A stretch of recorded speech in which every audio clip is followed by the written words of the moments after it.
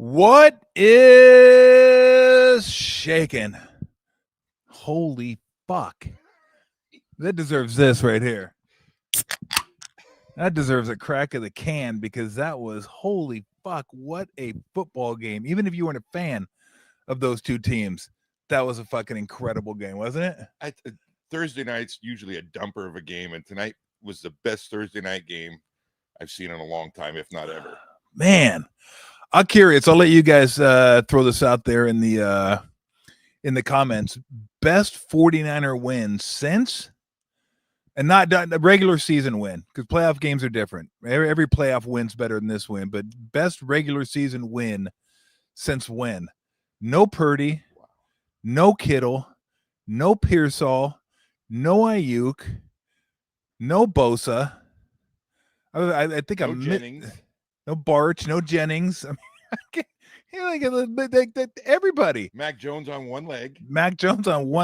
That's a tough son of a bitch right there. Man, he played like he was at Alabama today. Oh my gosh, he was. I mean, just absolutely incredible tonight. Like the first half could not have gone any better. The first half was ball control, and guess what? While I'm thinking about it, the first game this year, the Niners have won the turnover battle. You and I talked about it beforehand. If they could be plus two in the turnover, and obviously, what a timely turnover. Collins with the punch. Wow. Nobody saw that one coming.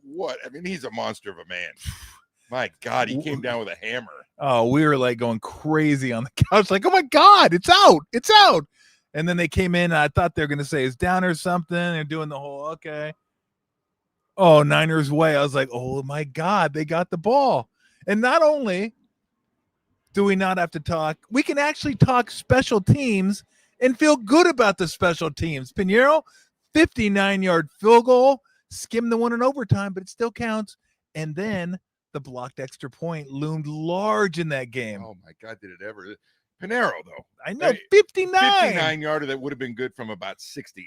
69. I would like maybe 69. Yeah, thank you. If I can do my Gronk, you get it, 69 and get it. Dinner for two. That with dinner for two, all you can eat. That was like that almost made up for like all the special team miscues combined in this game. The block extra point, huge, and also the 59-yard field goal, which is, I mean, you missed that. You just give them the ball right there midfield, and you're like, oh, crap, especially the way they're moving the ball. But just all the injuries, the badass that Mac Jones was tonight, it was, and they couldn't run the ball in the second half at all. First half, I thought the first quarter they ran the ball as well as they ran all year, and then it kind of got shut down. And then the offense was bogging down a little bit, but boy, they just nickel and dimed them the whole game. And we talked about making this a short game. In first half, the Niners did exactly what they wanted to do. They ran the ball, they controlled the clock. Second half, a totally different half. I mean, they both came out. Neither of them tried to run the ball. The Rams abandoned the run right off the bat, and they wanted to lengthen the game, and they did a good job of doing that. One of the few times they tried to run was at the end of the game when they were trying to get the first down, and what a huge play right there to stop them on 4th and 1. That's a ballsy call by McVay. I'm sure you're gonna have to answer to the press about that one. Because it could have gone to overtime, or it could have tied it up, made Mac Jones get back out there. You could have stopped him and come back, kick another field goal, but he decided, hey, we're down here, let's go ahead and go for it. I mean, that is just such a massive win. Not only are you 3-0 in the division now, 2 of those games are on the road, and this one was with depleted forces. And let's talk a little bit about the 3 guys that weren't even – well, I won't say weren't here because Mac Jones was here. He just wasn't your starter. The 3 guys that came up big that you signed, one in the offseason, Mac Jones, one Kendrick Bourne, when your wide receivers were so depleted, you just needed to get guys in here, and then Pinheiro. all three of them played a massive role in this game. Yeah, and last week we were ready to write off Bourne. He dropped that ball, yeah. He dropped one tonight. He dropped one tonight, but he caught, I think, 10 others, and they were just gigantic catches. Yep. And obviously, he's been with the Niners before. He knows the system, so he's a little bit ahead of those other guys. But I mean, God, Mac Jones, he was putting it on. He was putting it on a dime. He didn't make many bad throws tonight. He made great decisions. Yeah. And be honest with you, I don't think they had a very good play out of their offensive line. I mean, he was. Yeah. I bet he was hit 30 times tonight when he threw the ball. They attempted a lot of passes, and he was picking himself off the ground almost every time he threw it. And very demonstrative getting up. He was hurting a lot. Obviously, he was hurting, but he battled through it. My man's going to have to go in the Ted Williams fucking chamber just to recoup, just to get ready, just so he can walk. At least he's going to have a couple extra days before he gets ready to go next week. But, I mean, he got the shit beat out of him. The absolute shit beat out of him. And the fact that he was able to deliver to Bourne, I think he said 10 times. And I didn't realize this until they said it. And then it clicked that him and Bourne were in New England together. Yeah. So there's got to be some familiarity there that helps. But I mean, you mentioned it during the game that they couldn't really stretch the field because they don't have those players. Even if you have Kittle, you can stretch the field with Kittle, but they don't have Kittle, and they don't have Pearsall who can stretch the field. They don't have Ayuk who can stretch the field, and they just flat out made it work. And I agree with you. I think the offensive line scuffled a little bit, but did enough, especially in the first half when they took that lead. The offensive line was good. McCaffrey ran the ball well in the first half. He was averaging between 4 and 5 yards a carry, and then ended up under 3 yards a carry because he got absolutely nothing in the second half. And it was funny because probably the last, I don't know, quarter and a half, maybe 2 quarters, they just both abandoned the run game. Yeah, they did. They just both said, screw it. I've been really critical of Shanahan's play calling in the past. Yeah. I actually thought this was one of the best games I've seen him call. With what he had to work with, he managed the game in the first half exactly like he needed to, and it worked out perfectly. The Rams had 3 possessions. They stopped him on the first one. They get the turnover on the second one, then they gave up a touchdown. And that first half was so quick, and that's exactly what they were looking for. He is so limited. We talked about stretching the field. They don't have anybody that can do it. Without Ayuk in there, without Pearsall in there, without Jennings in there, they were forced to dink and dunk, and they did a wonderful job of it. I mean, in the first half specifically, they were dumping it to everybody. McCaffrey catch a 5-yard pass. They came back to Tonjes, and he caught a touchdown. He caught a couple other balls the same way. Bourne catching all those balls. I thought the play calling was perfect for what they needed tonight. And defensively, they struggled a little bit, but they made the plays when they needed to. And Fred Warner, the guy's all over the field. He's making plays, but still stunned. No, wonderful game. Really, I so many times in the second half, I thought, oh man, these poor bastards are going to get in that locker room and then get on that flight after leaving it all on the field and lose that game. And they just found a way to win. Maybe the biggest play of the game was Collins punching that ball out from Williams at the 1-yard line. That was just an amazing play. By the way, that is a massive, massive man. He is just huge. Like, I knew he was huge. I watched him play at Texas, but good Lord, you look at him out there amongst other pretty big guys, and he's just,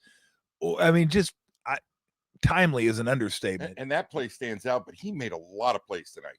Yeah. He forces the double team on every play.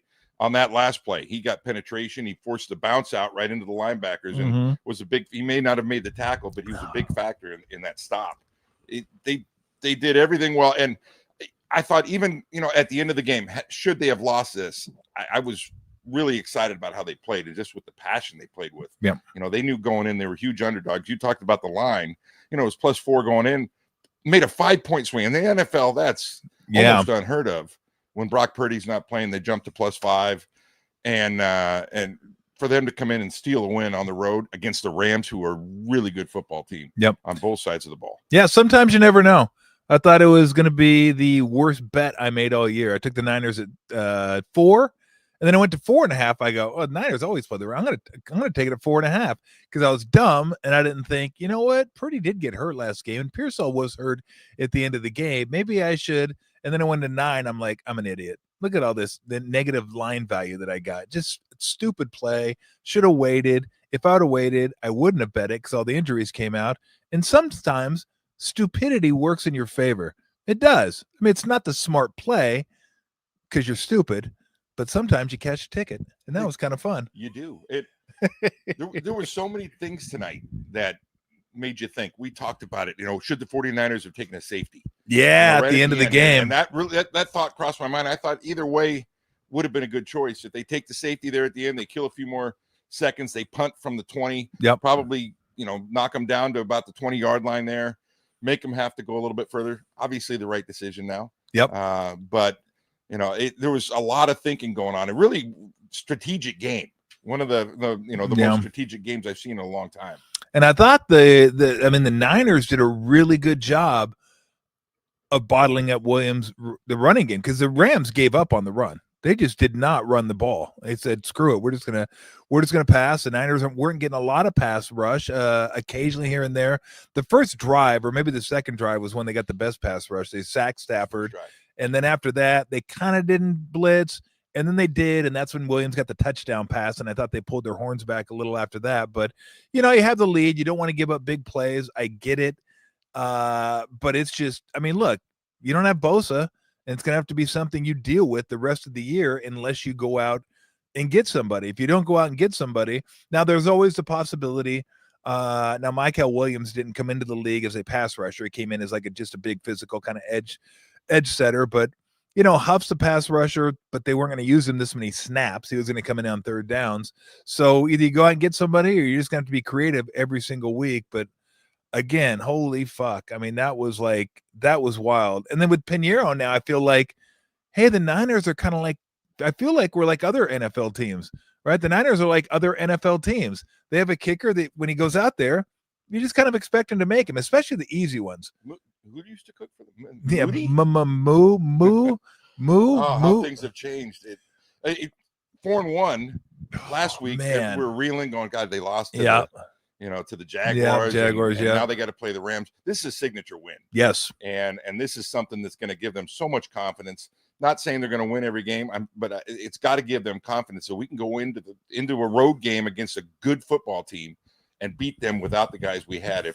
They're going to get healthier and week to week, and I don't think the bye week can come soon enough. And to try and get some of those guys back, and it doesn't get any easier, as they go. But God, they got to feel so good about this. This was a gravy win. Really, at this point, it was a gravy win. I didn't expect them to win. I don't think you did either. No. I don't think many people did. Obviously, the betting line didn't. No, they certainly did. No, you just keep stacking these wins and try to, keep plugging the dike. And then all of a sudden, here comes Kittle. Here comes Pearsall. Here comes Purdy. And don't start with Mac Jones was a badass. He was awesome. Purdy's a quarterback. Bosa's not coming back, so he's done. But you start getting all your weapons back, and I'll tell you what, this offense is going to look pretty good if it's a big if in the NFL. If your receivers can stay healthy, Bourne, Robinson, Pearsall, Ayuk.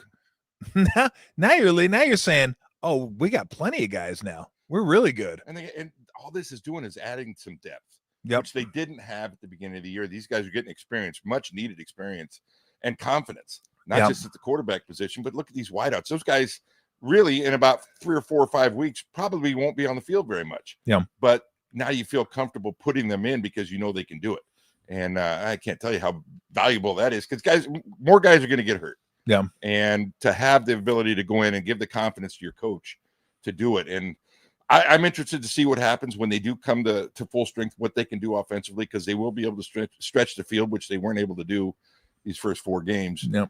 But a lot of fun. God, I know. Fun game. Just incredible. And I tell you what, because we concentrate on the end of the game, at the end of the game, and all that kind of stuff that happened at the end of the game and the plays that were made and weren't made. But I'll tell you what was a huge tone setter. First drive, they get the ball. I think it's first drive or second drive. It was one of the two. Could have been one of each. But they're driving, looking good. They're running the ball at that point. They're throwing the ball at that point. False start. And you're like, oh, what a killer. Next play, first down. So they keep driving. You're like, okay, put a good drive together. Good. Holding. Not a holding. Next play, first down. It's like they erased the penalties just like that. It was like boom, boom, boom, boom, boom. And again, they ate up clock. They're able to run the ball. They punched the ball in the end zone. I mean, it was a beautiful thing to watch. And they just had enough. Just had enough. Oh, and in games in the past, they haven't been able to overcome those penalties. Yeah. When they put themselves behind the chains, and they did it in that first drive. And I think that really gave them some momentum. And then they went on a 16 or 17 play drive in the next series and just basically wiped out the entire quarter and a half and put them down 14-0. That right there showed me something. And if they can look at that and build on that and get back to that part of the running game that was successful. Yeah. Because it did go away. And I think part of the reason it went away is because I think the Rams realized the Niners aren't going to throw the ball down the field. They don't have the time to do it.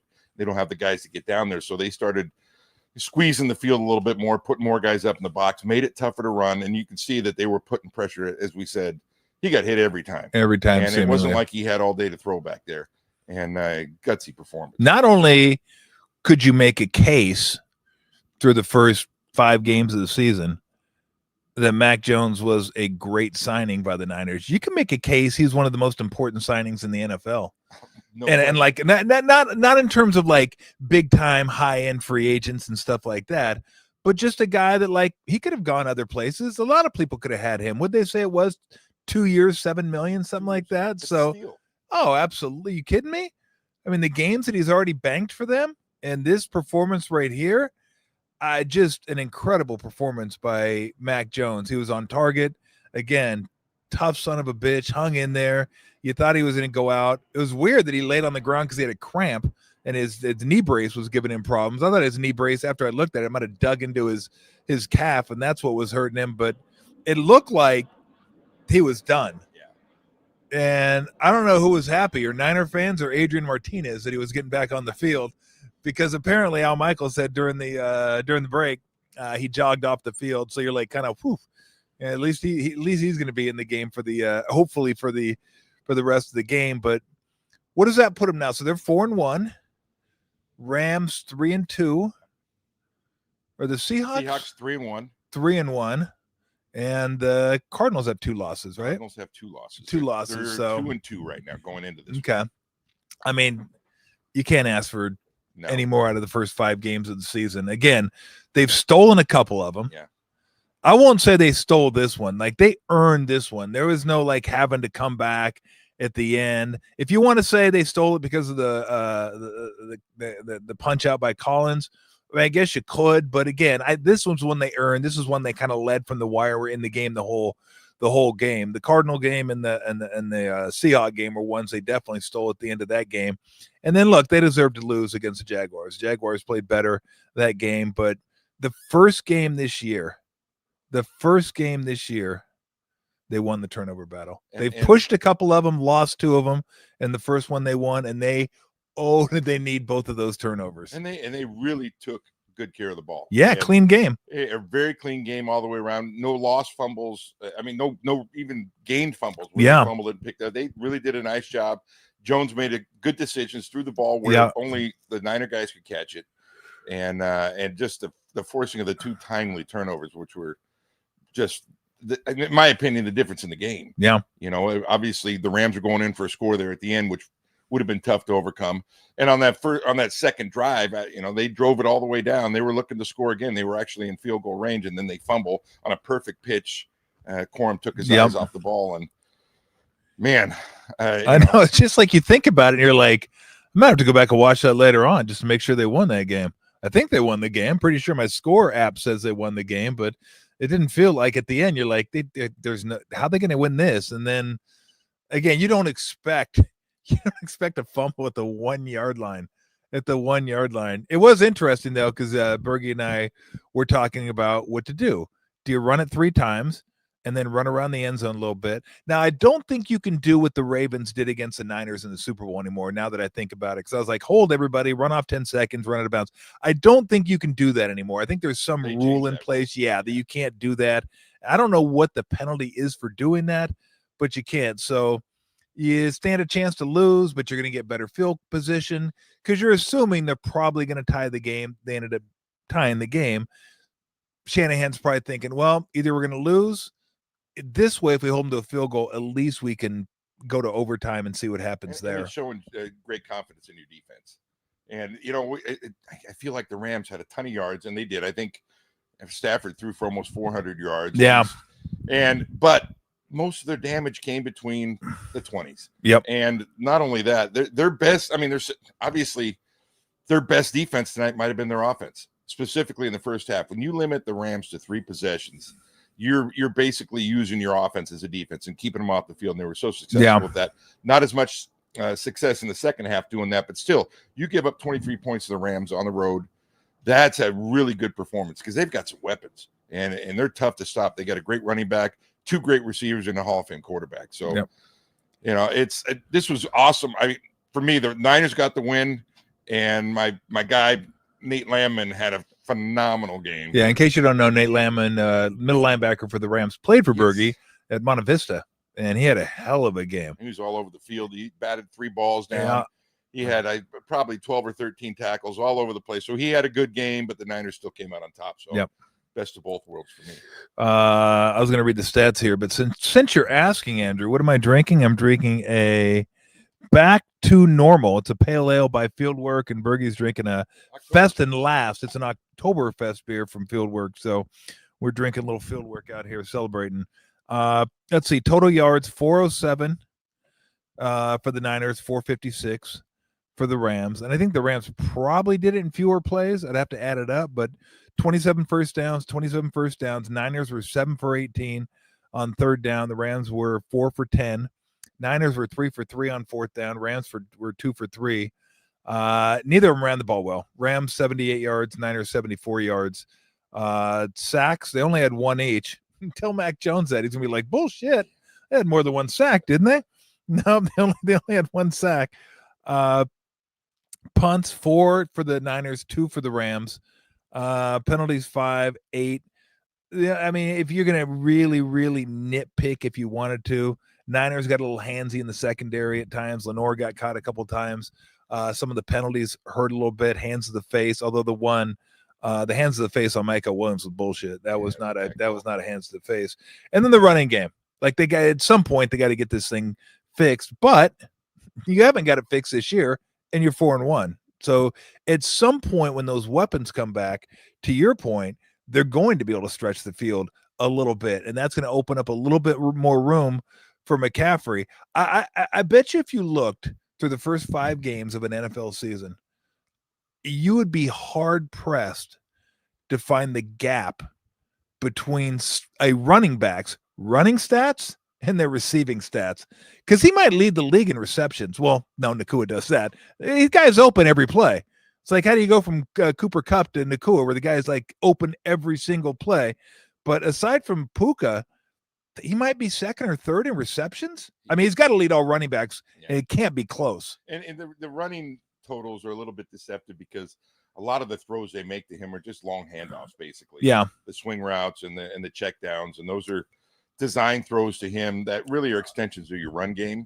It's just a different way to get it to him, but still, they're catches nonetheless. And you talked about being handsy from the defensive back position. Yeah, it's awfully tough. You're talking 2 just quality receivers. Puka Nakua is ridiculous, and we all know Devontae Adams is still towards the end of his career, but is still a great receiver.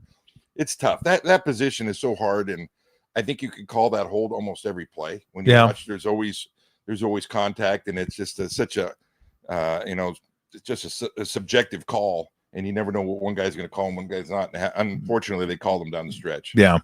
McCaffrey through the first 5 games is starting from Seattle going through the Rams. 22 carries, 69 yards. 13 carries, 55 yards. 17 carries, 52, 17, 49, 22 for 57 tonight. He had 47 or had 45 at half. Receiving starting from the Seattle game. 9 for 73, 6 for 42, 10 for 88, 6 for 92, 8 for 82. He has 39 catches already. 39 catches. And Puka's leading with 52. Yeah, he can't be too far behind. And my quick math tells me for yardage, it's 170. Let's call it 260 and 125. So 385. So 39 for 385. That's a lot. 9 yards of reception for a running back. Oh, that's a ton.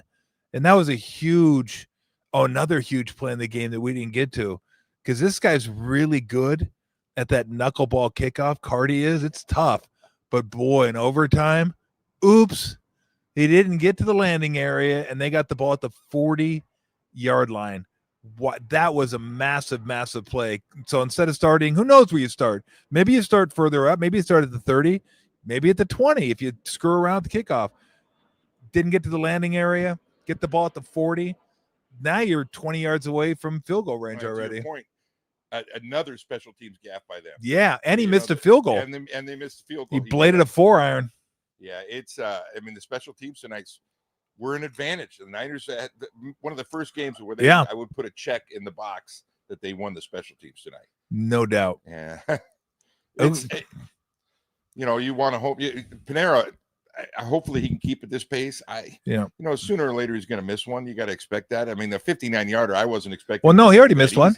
Remember, he missed the first one against the Saints. Right, no, that was an extra point. Oh, that was an extra point. You're right. Field goal. I believe you're right. 9 for 9 or 10 for 10. I think you're right. That's right.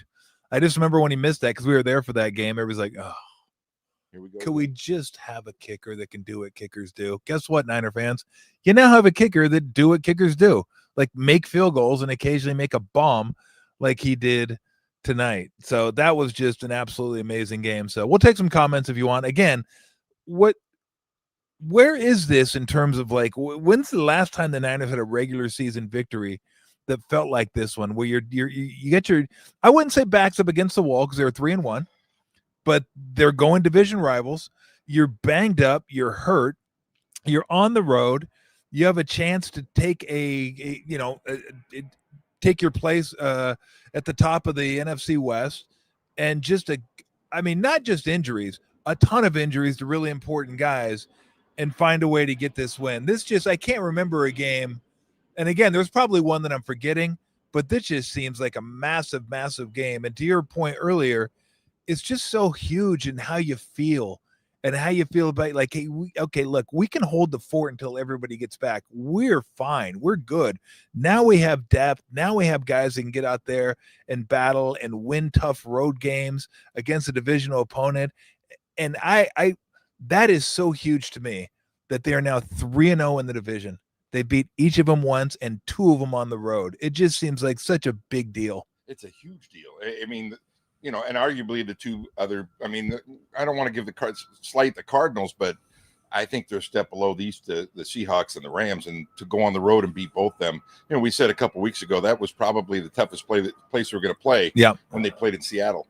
And to get that win. And then this was a semi-home game as far as no doubt. Travel so well. There's a lot of red. You talked about games in the past. The only one that comes to mind is a big win on the road in the regular season. A couple of years ago, they played Philadelphia at Philly. Yeah, somebody said 2023. They brought that up. Yeah, and Philly was they smoked them. They were smoking everybody. That was the big Dom game, wasn't it? That was big Dom and Greenlaw game. and the Niners just ran them off the field. Yeah, and that's the only game that comes to mind. And that was a Super Bowl team, I believe. Yeah, I want to say they had another one in Philly years ago. This was a Harbaugh, and this was when they just started their ascent, and they won. That was like the Justin Smith era and stuff like that. And they went back to Philly and won that game. I felt like that was a massive game for him too. Yeah, they just call that the big Dom game. Bad call by McVay. Look, bad calls are the ones that don't work, right? If that one works, it's a good call. I don't know that it's a bad call. It was, and I say this all the time, whether it be basketball, baseball, football, the other guys get paid too. Like the Niners get paid too, and they just made a better play on that run. I mean, they stuffed the line of scrimmage. I think you said Collins came over and bounced him out just a little bit. Linebacker was able to come.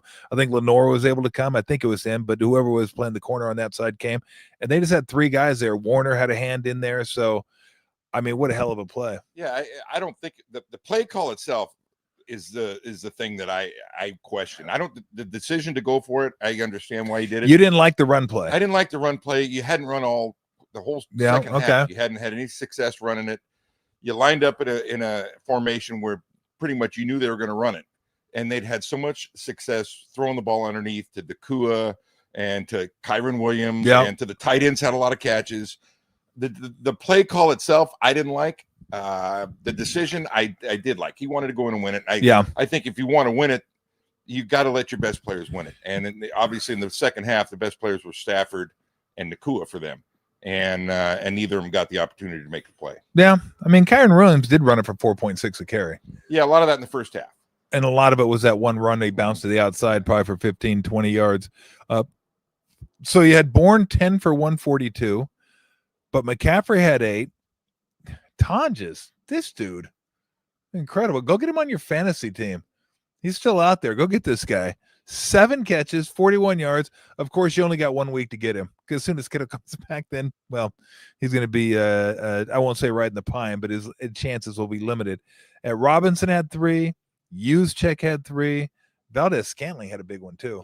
That was a big catch by Valdez-Scantling, and Farrell had one. So, again, it was just an amazing game, too. If you're just a football fan, that was a fun game to watch. It was watching an underdog come in there, take the lead, hang on, get behind. No, they didn't get behind. It looked like they were going to get behind, then they blocked the extra point. We're tied, and then they took the lead, and you're like, oh, this game's over. And then the fumble, and then they get the field goal. You're like, oh, the Rams probably going to come down, score a touchdown.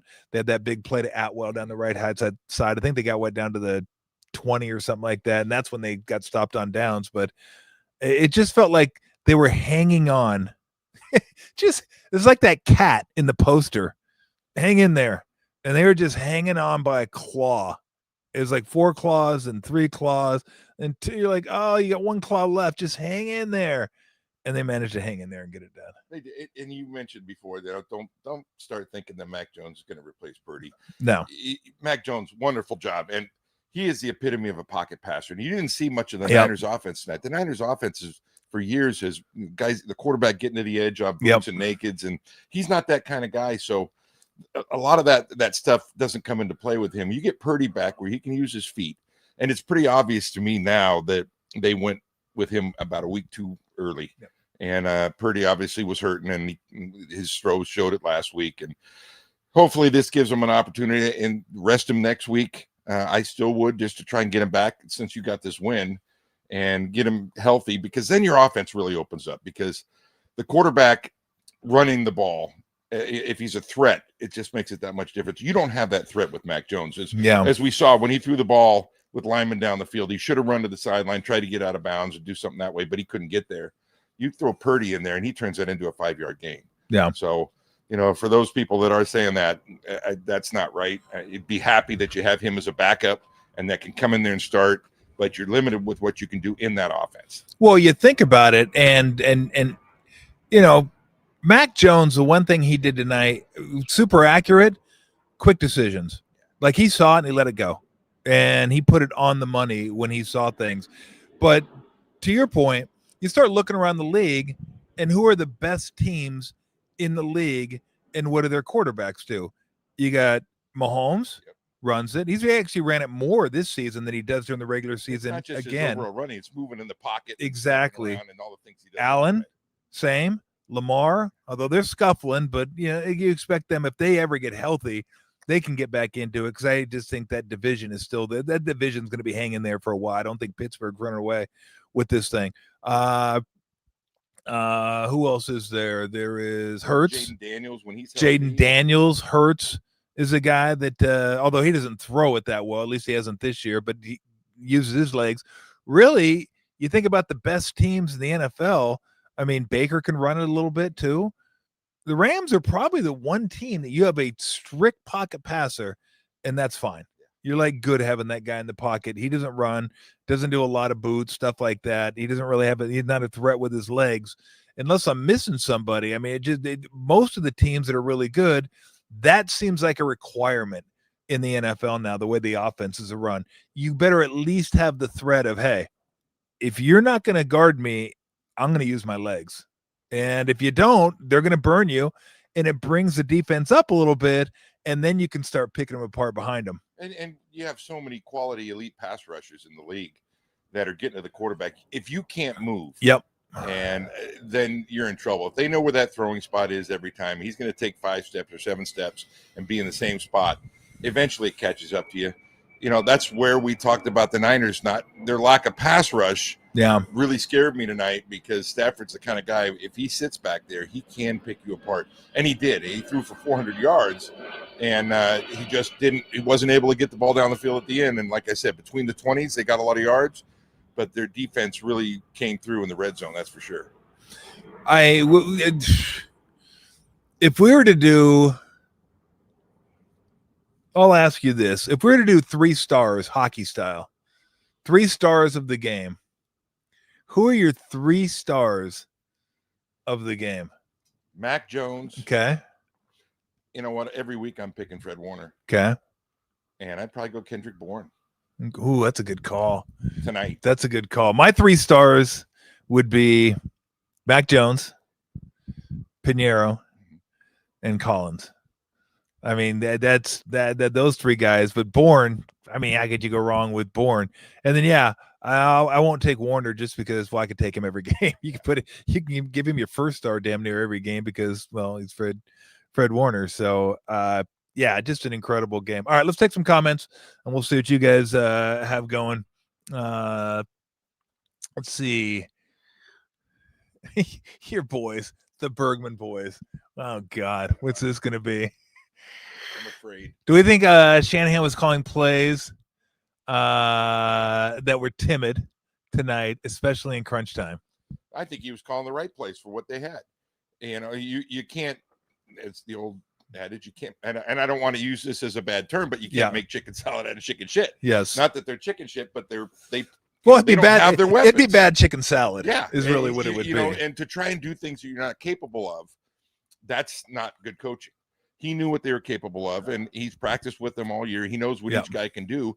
And as a coach, you can't put those guys in a situation to do things they can't, because that's just an avenue for failure every time. And I thought he put them in the position to do the things that they could do well, and they executed it very well. Yeah, and I would think of all the plays he has at his disposal. Those were shrunk quite a bit tonight. His play sheet was probably shrunk quite a bit. All right, Andres wants to know, Mac Jones helped the line on a few plays by getting rid of the ball quick, especially in the first half.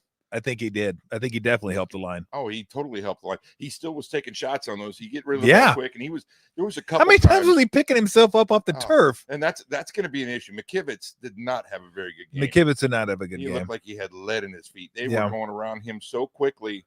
And then he wasn't able to step up because they were getting pushed inside too. There was a couple times where he got the throw off. I actually couldn't believe he got the throw off. Yeah. There was one I think it was in the fourth quarter, and they were down trying to go in for a touchdown, and he threw it out to the flat. He couldn't even follow through. There was 2 guys in his face. Yep. That ball could have been picked, but he threw it in the only spot he could for an incomplete pass. So enough. I mean, we can't say enough good things about him. I can't. He just And I also want to say too, and I think it was Young. I don't think it was Verse. I thought it was Young. Could have been somebody else. I thought landing on a quarterback was roughing the passer. If that wasn't landing on the quarterback, landing on Mac Jones at about the 10-yard line going in, I don't know what landing on the quarterback is. Just because you put your hands up doesn't mean like, oh, yeah, with me. Look, anytime somebody does this, they did it. Period. That's just rule of thumb. That's in any sport, any country. You do this, you're guilty. Do we think 3 straight runs inside their own territory after the strip was a good idea? Yeah. You know what? With 3 timeouts, you give Stafford – if they left any timeouts for Stafford, you're looking at probably more of an opportunity to score a touchdown to win the game. Yep. And they forced him to use those 3. I thought that was the right thing. And they got lucky because there was a holding on the punt return. Exactly. And that put it back behind the 50. Yep. And we still thought, okay, well, they don't have any timeouts left. It's going to be tough for them to score. If they'd have had a timeout or 2 left, then they have those opportunities because they get that. Yeah. We saw how quickly they got down the field. I mean, there was 2 or 3 throws. They're in the field goal range. Yep. So, yeah, I think definitely that was the right play. Yeah. Yeah. I just, again, I thought about the safety in that situation, but that was probably nice touch with the pumpkin too, by the way, in the top right-hand part of the screen. Mike Myers approves. Hey, this is like a sweet setup. We got the fire. We got Mike Myers. We got a Oktoberfest beer. I mean, we're rolling over here. Did the 49ers finally draft a good D lineman? Seems like it's been a struggle since Bosa. Look, I think Williams been playing better. I think he was fine early, and I think he's getting better. Collins obviously had the big impact tonight. I think West is out. I think West is injured, but yeah, I mean, and they lost 2 defensive linemen during the game too. These guys can't stay healthy.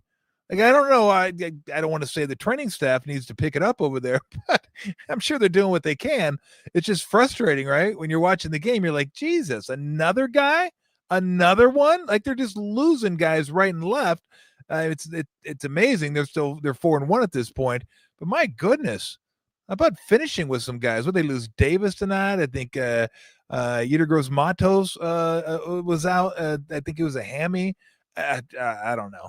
But my goodness, I guess the Thursday night game is really a good thing. They've got 3 extra days to get healthy, no doubt. And playing on a short week, the preparation for a game in 3 days in the NFL is ridiculous because they play on Sunday and they're too beat up on Monday. You watch the film, you can't do anything on Monday. Yep. Tuesday you go out and you're still beat up, but you're trying to get a game plan and you play against the Rams, and the Rams are dealing with the same thing. They have to do it too. And then Wednesday for the Niners is a travel day. So they're traveling on Wednesday. You don't get much done on that. Yep. And you're sleeping in another bed, and then all of a sudden you got to get up and play. A road team on a Thursday night, to be able to come back and get a win. I'd be interested to see what the history is as far as road teams winning on Thursdays, because they've got one less day than the home team does to prepare. Well, it's been 2 in a row. Yeah. Seattle won in Arizona last week. So, the line definitely did their thing. What was the comment before this?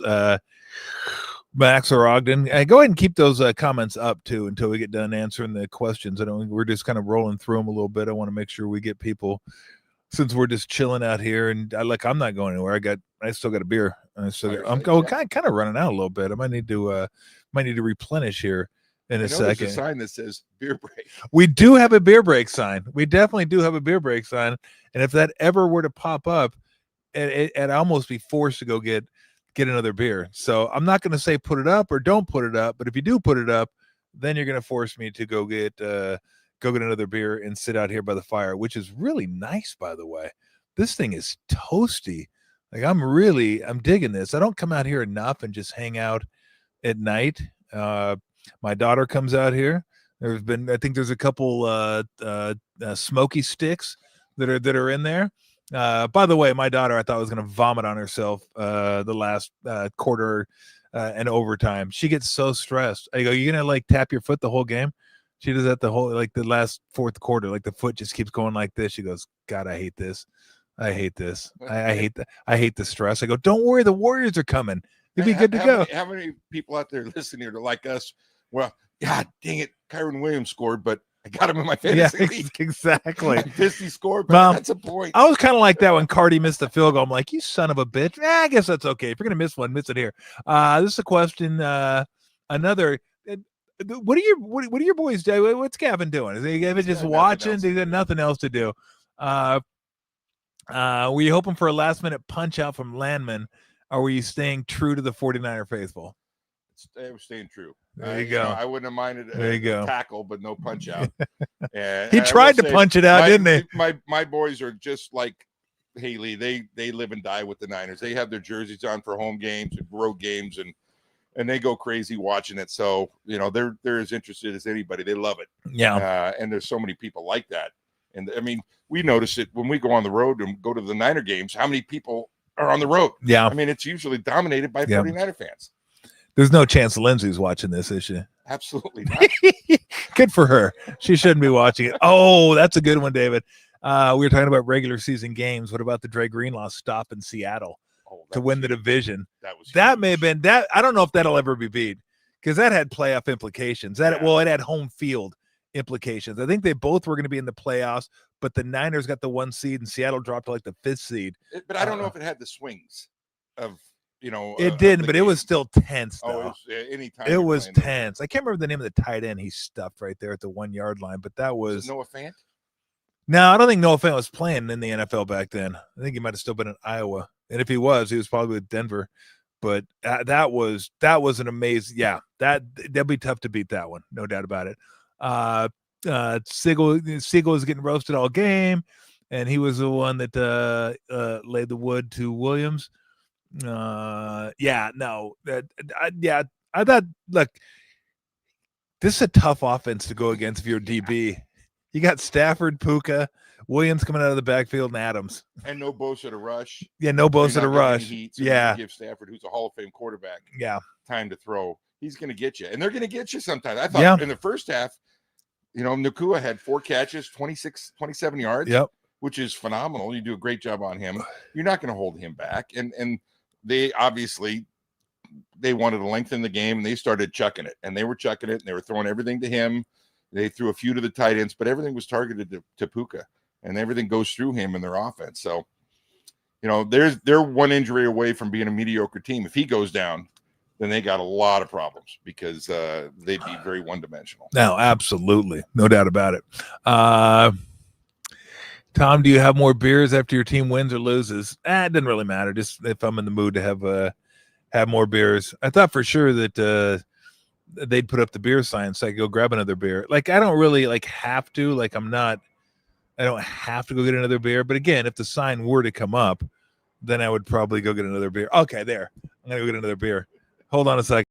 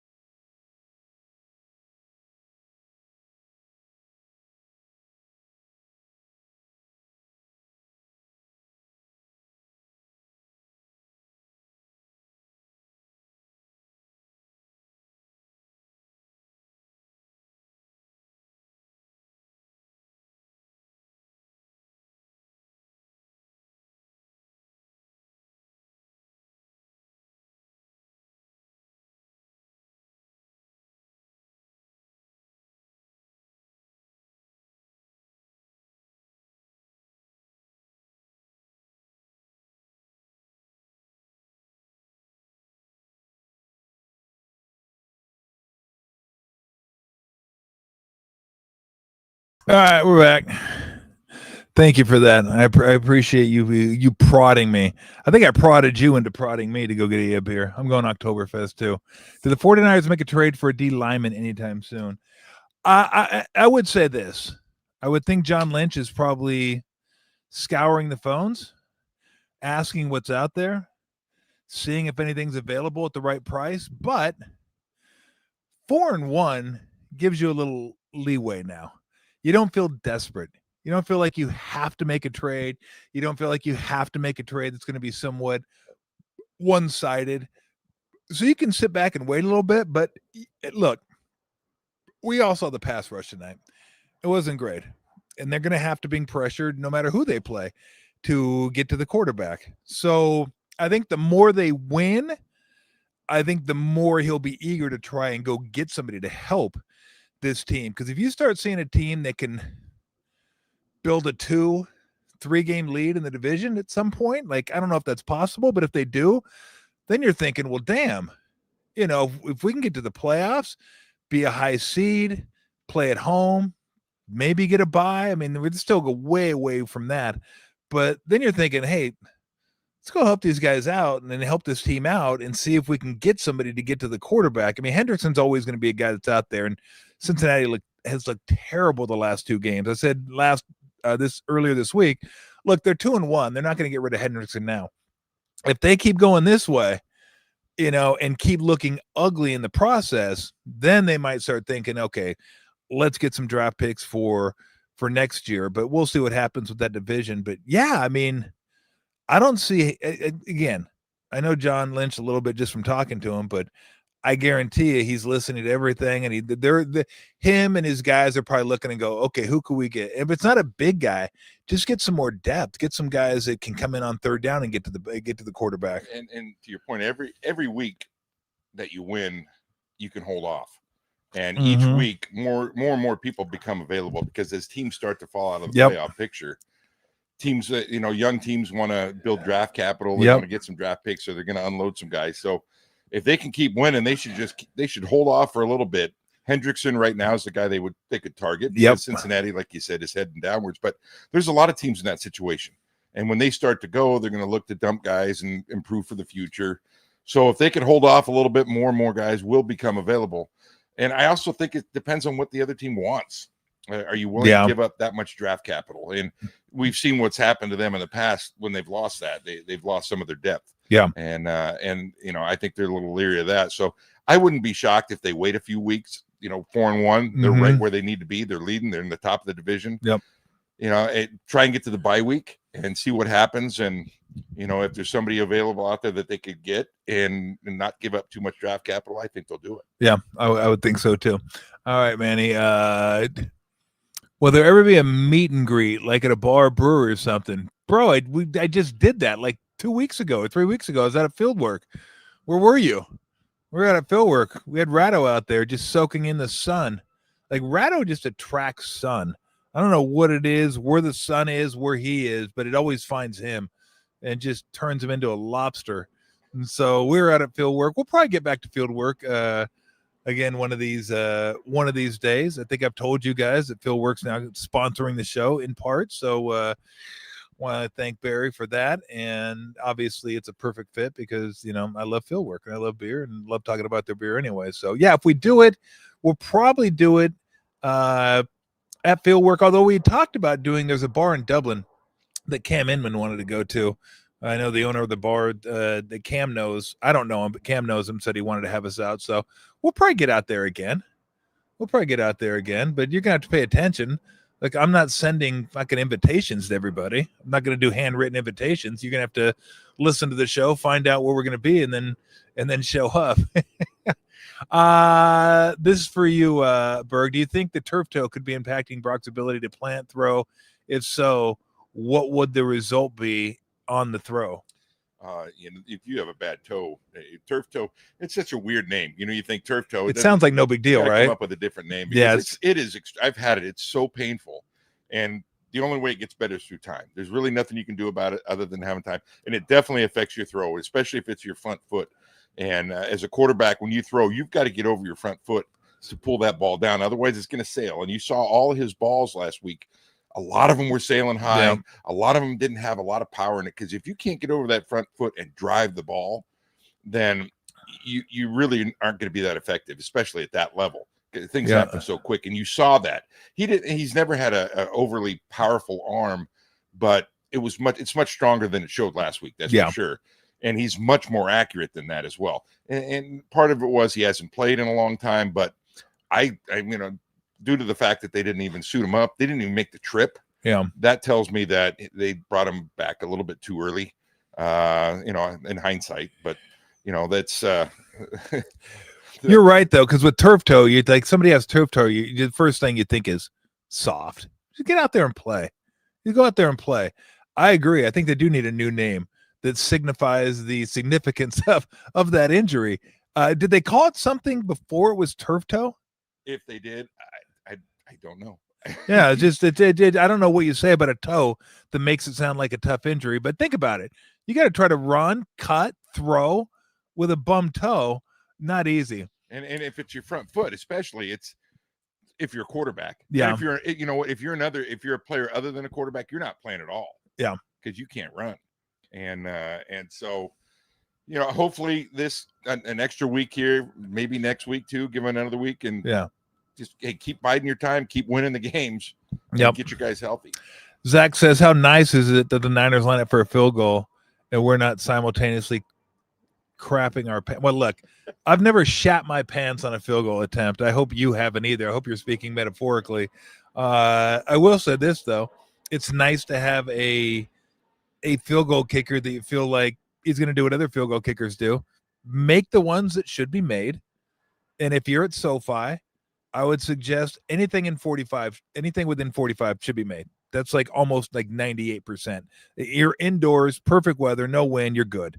It gets a little trickier on grass, but still, the legs these guys have, and then occasionally make the bomb like he did tonight, which was awesome. Let me ask you this. Is it too easy now? Should they do something with the K balls to make the field goal come back into play where it's not like dudes are just fucking bombing like 55, 58-yard field goals because every team seems to have a guy that's making and it used to be like, oh my gosh, look at that. They're going for a 55-yard field goal. Now it's an automatic. Like 55 is automatic. 55, of course, we're going for it. And a lot of teams, hell, Brandon Aubrey, anything inside 60, they're probably going to kick it. That dude's going to kick a 70-yard field goal one of these days. It's like a wedge to him. He just like goes click. Should we do something with it? It's the same discussion that we have in golf. Yeah. Are we going to change the ball? Are we going to take the trampoline effect off the driver? It's part of the game. The only thing I would ever even consider doing is narrowing the goalpost. I thought about that. Yeah. In college and in high school, the hash marks are wider, so it makes a different angle. But you don't want to do that because the players in the NFL are so big and so fast. If the ball's placed on the hash, it's so much easier to defend. When the ball's closer to the middle of the field, your whole offense comes into play. It's more exciting. And that's why the NFL's got an advantage offensively over the college as far as not being able to have, be set to the boundary and those types of things. I think the only thing you could do is narrow them a little bit. And they've done that. I mean, they're already the narrowest. I mean, they're much more narrow than a college and a high school. And that's the one thing they could do. Arena League. Could do it. It's about like that. It is about like that. And you know what? That's one of the things they may think of is to shrink it in there. Yeah, I don't need kicking to be more part of the game is what I'm saying. No. Like I like kicking to be less of the game, not more of the game. And with the legs these guys have, I mean, Piñeiro's not even noted for his strong leg, and he kicked a 59-yard that would have been good from 69, as we say, 69 again, because why not? It's wild. How about this? Do you think? How about once a game, the opposite team can use one of their challenges to rotate the goalpost while the guy kicks, and you gotta try to fucking spin that thing in there while the goalpost is rotating around. Now that's like miniature golf. So yeah, that'd be incredible entertainment. Yes, like the panda spits it back out. or they let somebody stand on the goalpost and knock it through. Yeah, like jump up and try to knock it out. Yeah. Exactly. Jump up and block it. Now that would be entertainment. You know what? With kickers, nothing as a player, not as a coach, as a player, nothing makes you more mad than you're out there busting your ass for 60 minutes, 48 minutes, whatever the length of your game is, and you're playing hard and you're tackling, you're getting hit, you're getting the shit beat out of you, and the game comes down to a person that can't play football at all. Yes. Goes out there and kicks it, and so the game has gone on for 59 minutes and 59 seconds. Yeah. And with 1 second left, the guy trots out there with one bar on his bar, moves up and down like that. Yes. And he kicks a field goal, makes it or misses it. And your whole game depends on a person who is a glorified soccer player. And we all need them. Yep. That's gotta have the them. rules of the game, but it's such a weird concept when you think about it. Maybe the biggest travesty in all of sports, and this is hyperbolic, but it still is a travesty, that Mark Mosley won an MVP. A fucking kicker I forgot about won that. an MVP for the Redskins, like back in 82, 83, something like that. But not only a kicker, what was he? A toe blaster. He was a toe blaster. A straight-on kicker. I think his long that year was like 47 or something like that. And he won the MVP. A kicker. Like, seriously. That's like your left fielder winning the Cy Young pitching like 8 innings or something like that. I mean, come on. I'm sorry. Mark Mosley did have a sweet perm, though, if I remember correctly. Yeah, but I think he was a Super Bowl champion. Yes, he was. I think that was his strike shortened season, if I'm not mistaken. 82, 83, something like that. I mean, how many times have we seen guys that look like Ray Wershing get out there and kick? Not anymore. No. It used to be. No, not anymore. Ray Wershing would get out there, big boiler, big handlebar mustache, probably smoking a cigarette. I'm smoking a ciggy. Like, oh, wait, let me crush this out. Okay. Let me get out there. Let me crush it. I mean, we had dudes kick barefoot. Yeah. Remember the kicking shoe? Oh, yeah. They used to wear? Like, what are we doing? Like, go look at the NFL MVPs. You're like, oh yeah, badass. What? Mark Mosley won an MVP? A kicker? No, I didn't take the Niners on the money line. No, I thought I had a good bet, and then by Tuesday night I realized that I was screwed. And then Thursday night I realized I wasn't screwed. Would I make that bet again? Hell no, I wouldn't make that bet again.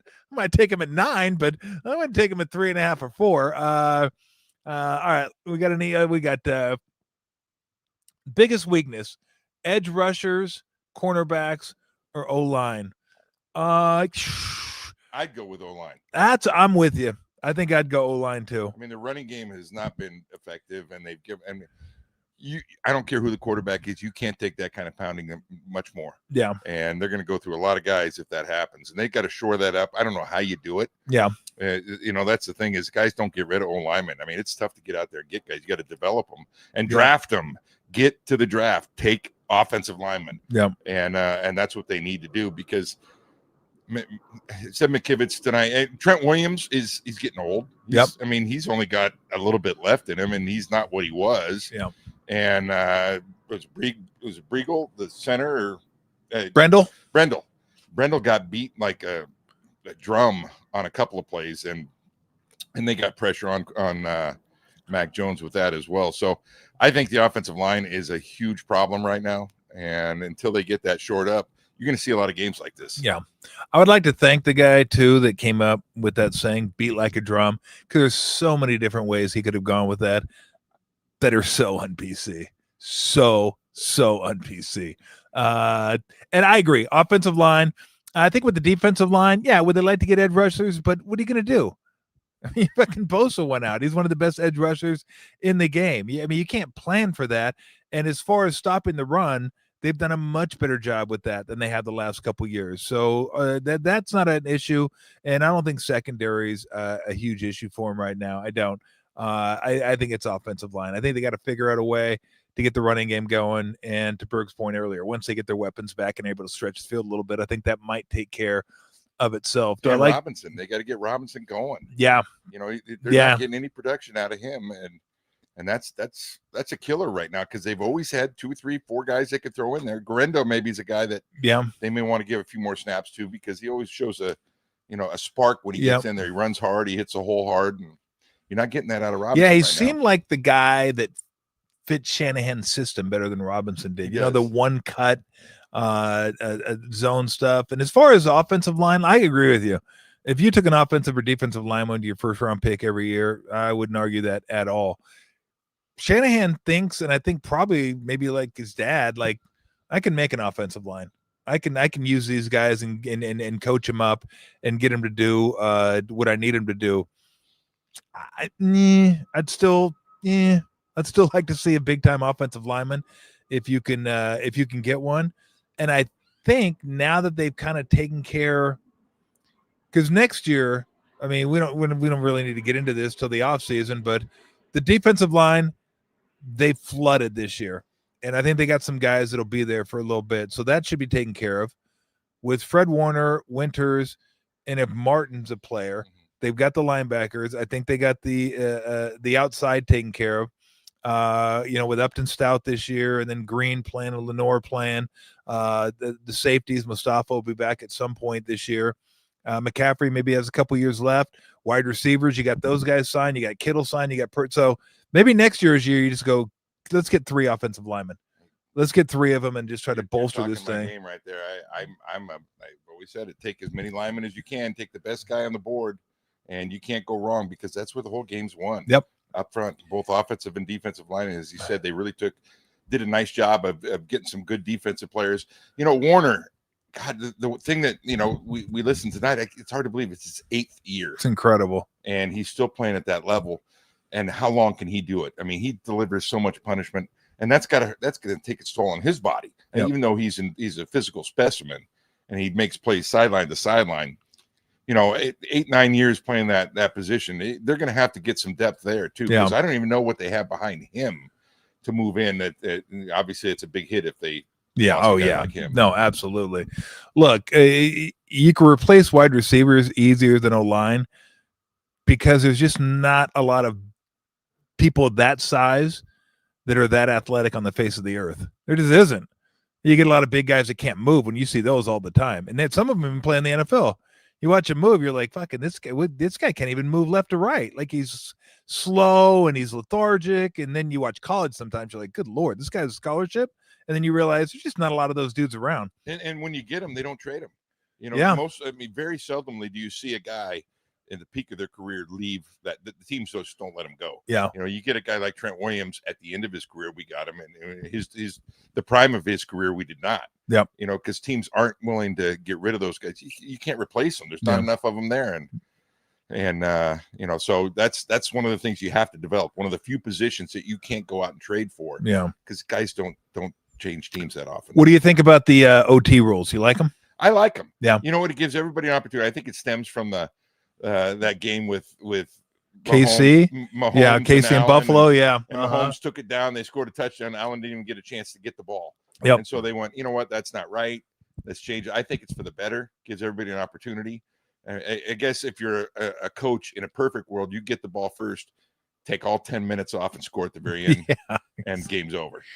Of course, going back to that game, if you're Buffalo, how about just fucking stopping them with like 13 seconds left? Maybe you could do that too. My perfect overtime, and this is just for the playoffs. I don't think you need it for the regular season, although it comes close to it because after 2 possessions, the time's about out anyway. In the postseason, I would say, give me 15 minutes. We're going to play an extra quarter. And then if we're tired after that, then we'll go sudden death. We're not going to keep going. It's not soccer, but like soccer gives you an extra period. So if you get scored upon, you can come back and score and tie the game and even win the game. I would like an extra quarter, just 15 minutes, go out there and play, but only for the playoffs. I'm not disagreeing with it all. The only thing that's tough is the physicality of the game, especially in a playoff game. You're really risking injury. Guys been out there that long. Yep. So, I mean, I agree with you. That would be so much more exciting and a little bit more fair for both teams to be able to go out and play it off. That's the one thing that football is that soccer isn't. It's not as physical. So you risk the opportunity of a guy getting hurt. Yeah, no doubt. Well, that's why in hockey they go to the shootout. Yeah. I think they have 4-on-4 for, what is it, 10 minutes or 5? I overtime, I'm never really quite sure, but then they go to a shootout, and it seems dumb, the shootout, but you can't have hockey players playing 4 overtimes in the regular season. Now, during the postseason, you go until someone scores a goal. It can go 6 overtimes. I found that out. I think it was 5 overtimes, though, when the Sharks lost to the Stars many, many years ago. My DVR almost ran out. I'd have been so mad if I'd have invested like 5.5 hours in a hockey game, and then I missed the end of it. It's just, I came close twice. That game I came close in, and game 5, I want to say, when the Red Sox came back from 3-0 against the Yankees, I had 6 hours, 3 for the game, 3 extra. I think Big Papi singled, and Damon came around to score, and he was just about to touch home plate, and it cut out. I was like, oh, I just made it. And I was like, it was like 3:00 in the morning. I watched. I was like, if I wouldn't have seen the end of this game, I'd have been so mad. But yeah, the hockey, they do it the right way. Like, let's keep these guys healthy as we can. And then come playoff time, fuck it. You get out there and you play to the end of the game. That's and in hockey, they're running 4 lines out there. So yeah, they get a lot of substitutions going, and those line shifts end up being really quick. Because because they're so tired. Real quick. The one thing I'd love to see change in the NFL and all football is because they've dumbed down the onside kick so much. I'd love to see an opportunity where, hey, if I'm down, let's say I'm down 6 or 5 at the end of the game, and we score, but we need an onside kick. Instead of an onside kick, I'd love to see the ball placed at the 20-yard line going out, and put it at a 4th and 15. Yep. I like that. I like that. You have one play to get it. If you don't get it, then the other team takes it over right there on the 20, and they're in scoring range anyway. It would make it exciting, and it would make it more of a football play as opposed to an onside kick, which is the luck of a bounce. And then what is it, like 2%? If that the guys get them, and you can't even do a surprise onside anymore. I know. You got to tell them. Yeah. Like, yeah, we're gonna onside. We're not surprised. We have no surprise. Can you? And if you line up as an onside kick, you have to onside kick. You can't kick it deep. Yeah. I mean, the element that, Sean Payton wouldn't have been able to do what he did against the Colts in the Super Bowl. Like, you got to have the element of surprise. Like, I'm guessing Pearl Harbor would have turned out much different if they would have had to tell us, look, we're coming December 7th around 7 in the morning. We're going to look, rules of engagement. We had to let you guys know we were coming at 7. I'm guessing we would have been a little better prepared. They didn't. We weren't.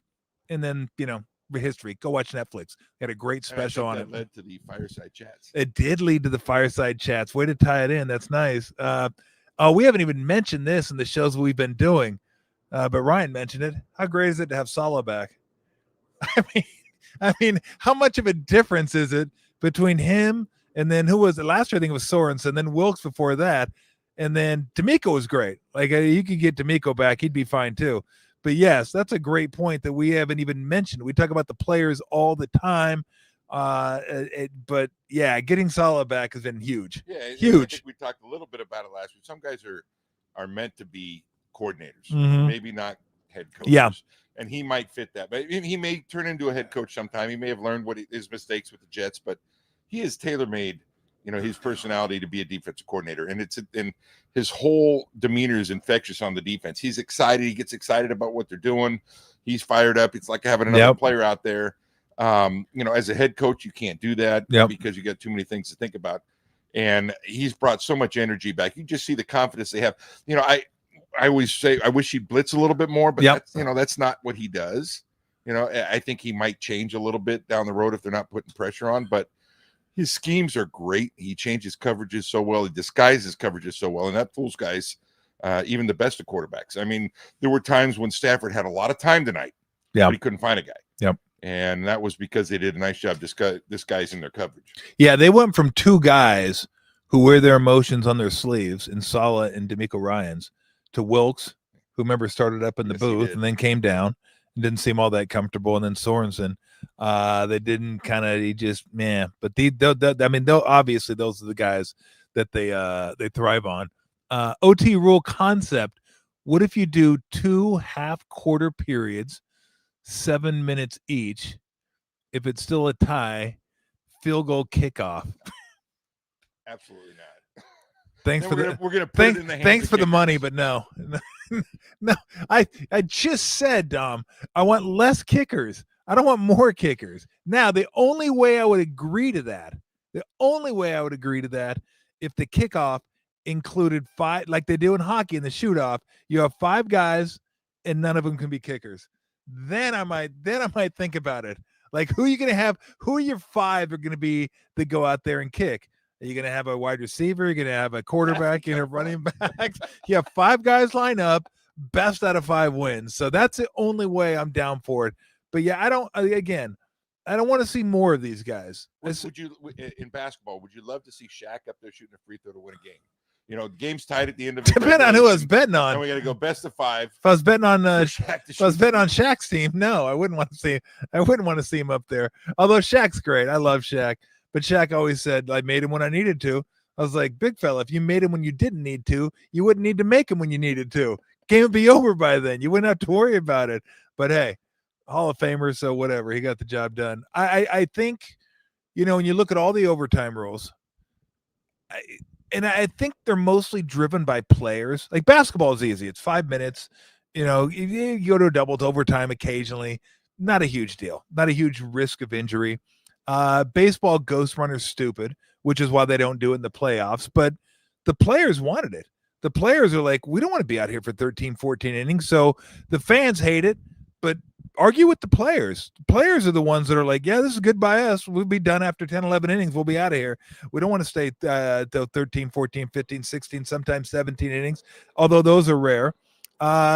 Football probably, I bet you if you ask the players, they wouldn't mind doing the sudden death, but it's only 17 games, and they're probably thinking, okay, this is a more fair way, and one game could decide your playoff berth, whether you get it or you don't get it. And then I like hockey. I like what they do. 4-on-4. It's fast paced. Let's see if we can get a point. And you get a point anyway. If you go to overtime, you lose. And then you go to the shootout. Soccer, I think, does it right when they get to like Champions League or World Cup and stuff like that. Because the regular season, soccer is like, game's over. That's the greatest thing about soccer. It's going to be 2 hours every single time. You can plan your day around it. You don't have to worry about 2.5-hour game, 245-minute game. Now 2 hours, we're done. We tie, shake hands, clap for the crowd, and we're out of here. What are your thoughts on the college playoff? You mean college overtime? Yeah, at the 25-yard line. Yeah, I don't like it. I would give it to him at the 40, because I'd like you to at least get a first down to be in semi-reasonable field goal range. I hate that you can go 3 and out and kick a field goal. I hate that. But I know what they're trying to do. They're going touchdown, then 2-point conversion if you score a touchdown, and then only 2-point conversions after that. And I think they did that because of that Texas A&M LSU game a number of years ago. 7 overtimes, and they kept scoring touchdowns. And then after a while, the defense is so tired they can't stop anybody. So it's touchdown. Well, I kind of wish that the college would go to what the NFL does, to be honest with you, because you get 10 minutes to go out there and play a regular football game, as opposed to you get inside the 25, and it depends on what type of offense you run. Certain offenses are better in the red zone than others, and it's an advantage for teams. And it's such an advantage to go second.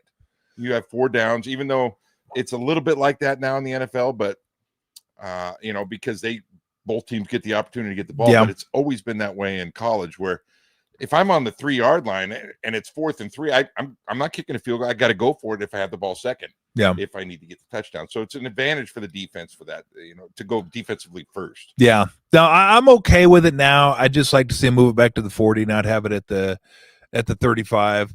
And the 2-point thing's hokey, but they're just trying to get the game over with at that point. They're like, okay, this is the 3rd overtime. We don't want you guys out here. The best thing college did was get rid of the stupid stop the clock on first downs. That was the best thing they did, except in the last, I think it's 2 minutes. Oh God, we need to stop the clock on first downs. It's not 1914. Okay. You don't have the chain gang being homers and spotting things a little bit differently. It doesn't work that way anymore. And they finally like, you know what? Maybe we should just keep the clock running. Yeah, no shit. You figured that out about 20 years too late. Zealously said, I feel like the playbook has been way too conservative. Again, look what he's working with. What are you going to do? I mean, there's no question that Shanahan wants to open it up, but how do you no doubt it up when you don't have the weapons that you're planning for? Your whole offense has got to change. I liken it back to when you talked about the strike season, when they came up with scabs. You weren't running the same offense with your scabs as you were with your starters. You had to change things up for what you have. You have to adapt to whatever you have. And if you're not playing with the full deck, then you got to figure out ways to get certain guys the ball. And it's going to be different than what you want to do. And this is not the way he'd like to call a game. There's no question. You look at his history of how he calls games, but I think he's doing a wonderful job. Actually, this is the first year where I could actually say I think he's called great games every game. Yeah. No, I mean, look, and then look, I've known Bergie forever. He's been it's fair, but he's been a critic of Kyle Shanahan and the way he's called games, but not this year. Look, wide receiver 1 out, wide receiver 2 out, wide receiver 3 out, tight end 1 out. And your offensive line, even with Trent Williams, is probably at best a 10 to 15 offensive line in the league, maybe right in that. They're not great. They're like kind of in the middle there somewhere. So your question is the guy that's calling the plays, okay, how do I get the ball to my best player, which is Christian McCaffrey? How do I get the ball to that guy all the time? And he's trying to, but at some point you got to get the ball to the other guys, and they're just not huge deep threats. And I think he's doing a really nice job scheming a way to get Bourne open, getting Robinson a few catches, getting Tonjes, who most of us haven't even heard of unless you followed high school football or college football here in the Bay Area. We knew who he was, but most people didn't. Getting him some catches. So no, I think this year he's doing. Oh, by the way, and your quarterback's out. All that. So no, I think this you could have been critical of him in the past, but I find it hard to find fault with him for his play calling this year. Smoke and mirrors. Yeah, he's doing it with smoke and mirrors. I'm flabbergasted that they're 4-1. I know their schedule hasn't been really difficult up until tonight's game, but the fact that they're 4-1, doing what they're doing with what they have, I think is terrific. Yeah, I don't know what happened to Grindo. I don't have an answer for you on that. Well, he played tonight a little bit. He got 1 carry. And is that it was special teams? Yeah. Oh, okay. Maybe I've been taking a pee during that carry. I'm not sure. That's how quick it was. I went for a bathroom break, and he may have a carry. Mac Jones eats for free in the Bay Area. He's gonna have a hard time getting out of bed and getting to a restaurant to actually eat for free. That dude's gonna be so. I can't even imagine how sore he's gonna be tomorrow. Well, but he's making some money right now. I mean, with what he's doing. Obviously he's got a 2-year deal with the Niners. And that's going to help the Niners down the road too.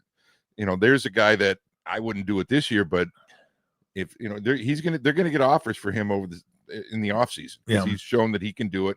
He's improved. All these quarterbacks come to San Francisco, it seems like, to get better. Darnold did it. And somebody else so did much. It. Was it somebody else? Yeah. I know Darnold did it, but in the last few years, couple of years, it seems like, and we talked about it last week, there's a lot of guys in the NFL that know how to coach quarterbacks. And the 49ers system is tailored towards the quarterback, and you've got to know the system. And I think that Mac Jones kind of figured that out. He could have gone a lot of places as a backup, but he chose here. Yeah. Because that's not a lot of money. I mean, I'm sure he could have got more money elsewhere, but he kind of saw that this is a place where I can get better. Get an opportunity to prove what I can do, to get, to kind of figure the game out a little bit more, because he was stuck in purgatory in a couple of places where they weren't doing very well. And, Darnold parlayed it into a couple of good jobs. Yeah. And he's doing great up in Seattle right now. Yep. And, I could see the same thing happening to Mac Jones down the road. Yeah. I would say this, and I certainly don't know play calling, quarterbacking like Berg does, but I mean, look, if you want to know about Kyle Shanahan and his ability to make quarterbacks better and call plays, ask Darnold and Mac Jones about him. Like, why'd they come here? Because they came here because they thought he could make them better, and then they can go make more money somewhere else. I mean, Mac Jones saw what Darnold did. He's like, well, the hell, I could do that. I could just go be a backup, play in a few games, maybe have some good tape and get out there and kind of rebuild my reputation in the league and go find a good job somewhere. And like Darnold hit the mother load when he went from Kyle Shanahan to O'Connell. Yeah. I mean, that was like perfect for him. It's like, oh God, this is like, this isn't the Jets Carolina parlay anymore. Like, I got two guys that know what the hell they're doing out here, and I could actually make a career and make some money out of this. And he's done that. And I'm sure Mac Jones thought the same thing. Like, this is where I want to go play. Got a lot of respect for what they run, the system they run, the coach that coaches the offense, the quarterbacks, and maybe I can turn my career around here. So, this guy says, Bergie, if you're a 49er head coach, is it automatic 4-day weekend? Are you telling the players not to come into the building until next Tuesday? Well, I think you want to get him in for treatment. Yeah, yeah, especially Mac Jones. Yeah, wheel his ass in there. That's one of those things where I think they'd be excited to come in tomorrow, to make any corrections, watch film, get treatment, those types of things. And then you give them the weekend off. Yeah. You give them the weekend off and you hit back up Monday. The NFL's got a different schedule. One of those days they have to take off. I know that there's mandatory day off. Yeah. But yeah, it's take advantage of those 2 days. They're so beat up. But also you have to think about the fact that they're playing with so many guys with little experience that some of those guys you might want to get back in there, not necessarily to be on the field, but to be studying the playbook, to be going over the film and making those changes, because they haven't had a lot of reps. So, the veterans for sure. Some of those younger guys, I would expect them to probably be in there and to keep getting better. Let me see this might be the toughest part of the Niners schedule, which isn't all that tough, to be honest with you, but they Rams at Buccaneers, at Falcons at home, excuse me, at Texans, and then they go at Giants, Rams at home, at Cardinals. If they can just, if they get to the back part of the schedule looking really good, it really, really lightens up. Their last 5 games are home against the Panthers, at the Browns, home against the Titans, at the Colts, home against the Bears. Well, with the exception of the Buccaneers that you mentioned the Giants, you mentioned the Falcons. Yeah. Those are teams that on paper, you look at it and you go, okay, the Niners should have an opportunity to win that game. Yep. Obviously in the NFL, everybody's good and anybody can win it any given week, but yep. Those are winnable games. And I think Tampa Bay is the toughest game they're going to face in the next 4 or 5 weeks. and they're playing well right now. And Mayfield, yeah, we both think the world of him. I mean, I love watching him play. He's big just fan turned around his career, and big fan. They're good, and they got a lot of weapons. Bucky Irving's playing lights out, and Egbuke has kind of come out of as a rookie. He's just fantastic, and Godwin's back now too. Yeah, so they got a lot of weapons. They're going to be tough. Yeah, that's a tough game. No, Bucky Ball's fantastic. Hindsight being 2020, how bad did the Niners regret trading 3 first-rounders for Lance and not taking Mac Jones? Don't ask me that. Don't ask him that. He'll get going on that. Look, I don't mind. I'm one of the few that doesn't mind the swing there, because their thinking was, let's get a quarterback on a rookie scale. We're drafting 12th this year. We're probably not going to be this high again for a while, so it'll give us the ability to at least move up and draft a quarterback. Now, unfortunately for them, they picked the wrong draft to do it, because there was nobody in that draft worth trading 2 first-rounders, let alone 3 first-rounders. Really, it's 2 because they got one back to take Trey Lance. They just picked the wrong year to do it, is what it was. So I didn't mind the swing. I get the philosophy. Get a quarterback on a rookie scale, and then you can load up on everybody else, which is what they did. It's just Trey Lance wasn't any good. Well, then neither was Trevor Lawrence, to be honest with you. He's just mediocre at best. Fields, nah. Mac Jones hasn't been great, but who knows? We'll see. Maybe he catches it late. So, again, I didn't mind it. And guess what? If that doesn't happen, maybe things work out differently. They don't draft last in the year they draft Brock Purdy. They caught fire in a bottle with Brock Purdy. Of course they did. And, yes. It's the thing that has always been my biggest pet peeve with that is they gave up their depth. And who knows if the 3 picks that they give up or the 2 picks that they. But if you hit a quarterback, yeah, who cares? But it's such a crapshoot with the quarterback position. Lamar gets picked 33rd, and arguably he's a multiple-time MVP. Yeah, and there was a lot of guys picked ahead of him, and it's such a crapshoot with the quarterback position that to take one. And I mean, I'll harken back to when you and I was a big believer that I thought Ryan Leaf was better than Peyton Manning. No. I remember that. And look what happened there. Well, and too bad you couldn't crawl on Ryan Leaf's head. I know. You would have thought differently. Well, there's very few Peyton Mannings. There's very few Andrew Luck guys. It just doesn't happen that often. I think that it's very sketchy to take a quarterback that high. Cam Ward, I personally think that was a wasted pick. I don't think he's ever going to be a difference maker in the league.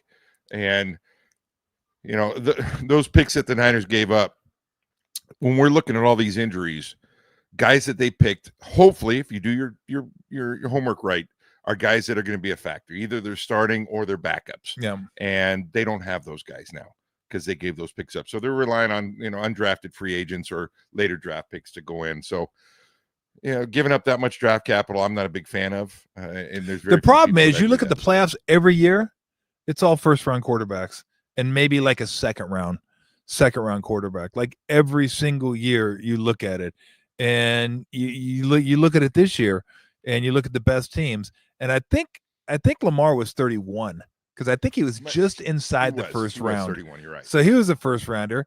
Allen's a first rounder. Mahomes a first rounder. Hurts a first rounder. Stafford's a first rounder. Like, you go up and down the list of playoff teams, and they're first rounders. But did teams give up? Even if the Colts they'll have a first rounder. But Mahomes was 14th pick, I believe. But he got traded. Remember? Yeah, but they traded up to get him. But only one. They changed positions. They gave up like a third rounder with that. They only changed. I thought they gave him a first spots with him. Maybe not. They just flipped spots with their ones. But and Allen, there was a lot of question marks around him. And I think he went, 4th or 5th or whatever it was. They bypassed a few guys. Yeah, Jalen Hurts was a second. So wasn't he second rounder or was he third rounder?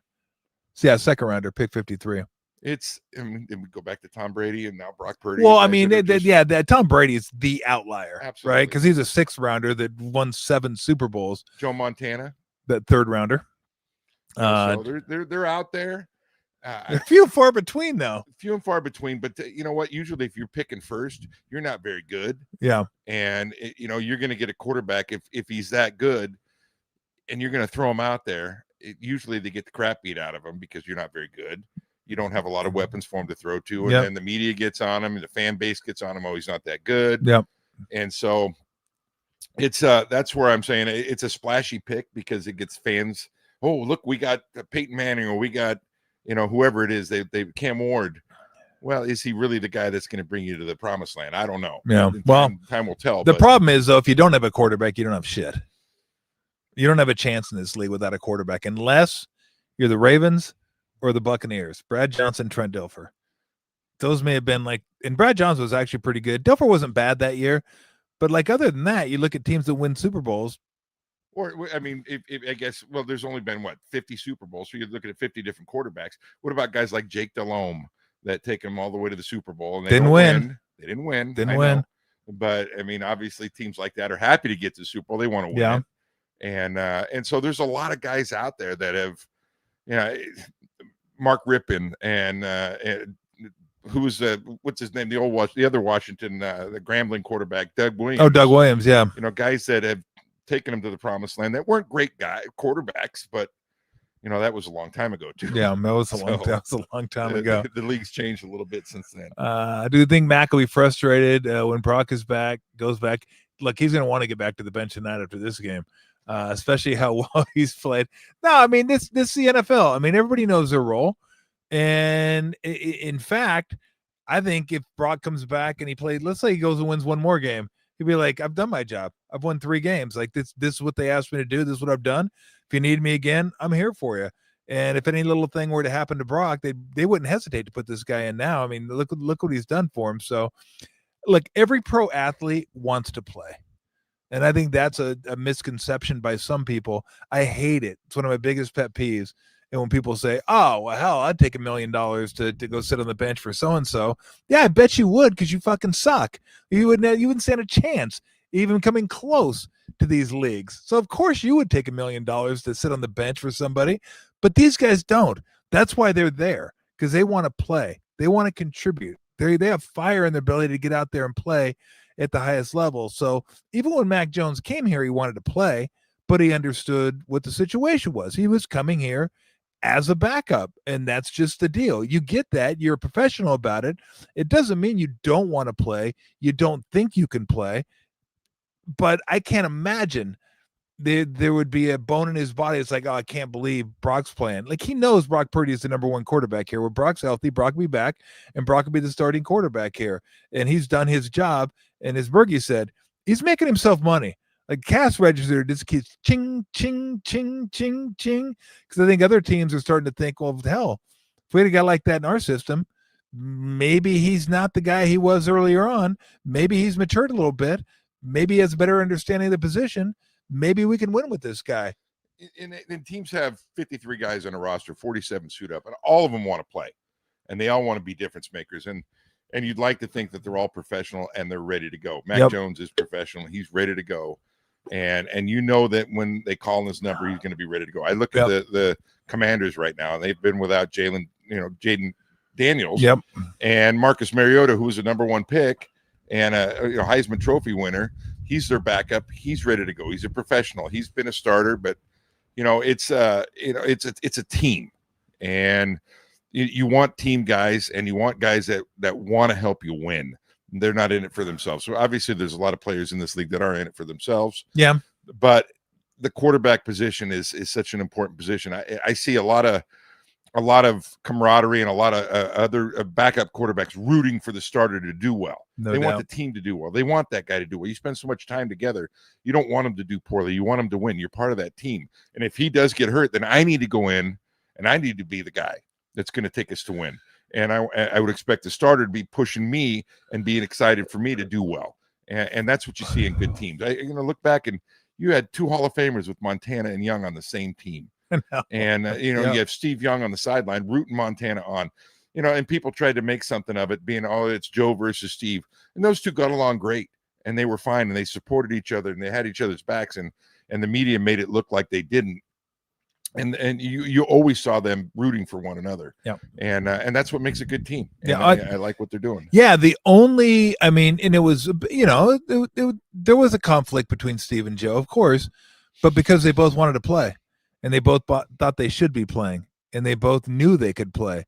I mean, how many times do you have 2 Hall of Fame quarterbacks? I mean, I don't know that you could ever have that anymore with the salary cap, but how many times do you have 2 Hall of Fame quarterbacks on the same roster? I mean, obviously you had Favre and Aaron Rodgers. You had Steve and Joe. I think Andrew Luck got there a year after Peyton Manning, didn't he?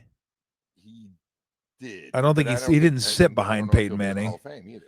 Yeah, he was a Hall of Fame talent that got hurt and decided to retire. I'm trying to think, are there any other? Like, I mean, those are the 2 that jump out at you, Green Bay and the Niners. But I'm trying to think of other teams that had 2 Hall of Fame quarterbacks offhand at the same time. I don't. Terry Hanratty's not in the Hall of Fame, is he? If he is, then we better change the Hall of Fame. I think he's right next to David Hum. There you go. When I think of when I think of backup quarterbacks, I always think Terry Hanratty and Don Strock and Earl Morrall, of course. Earl Morrall playing for the Miami Dolphins back in the day, and the Colts. Guy's got a howitzer.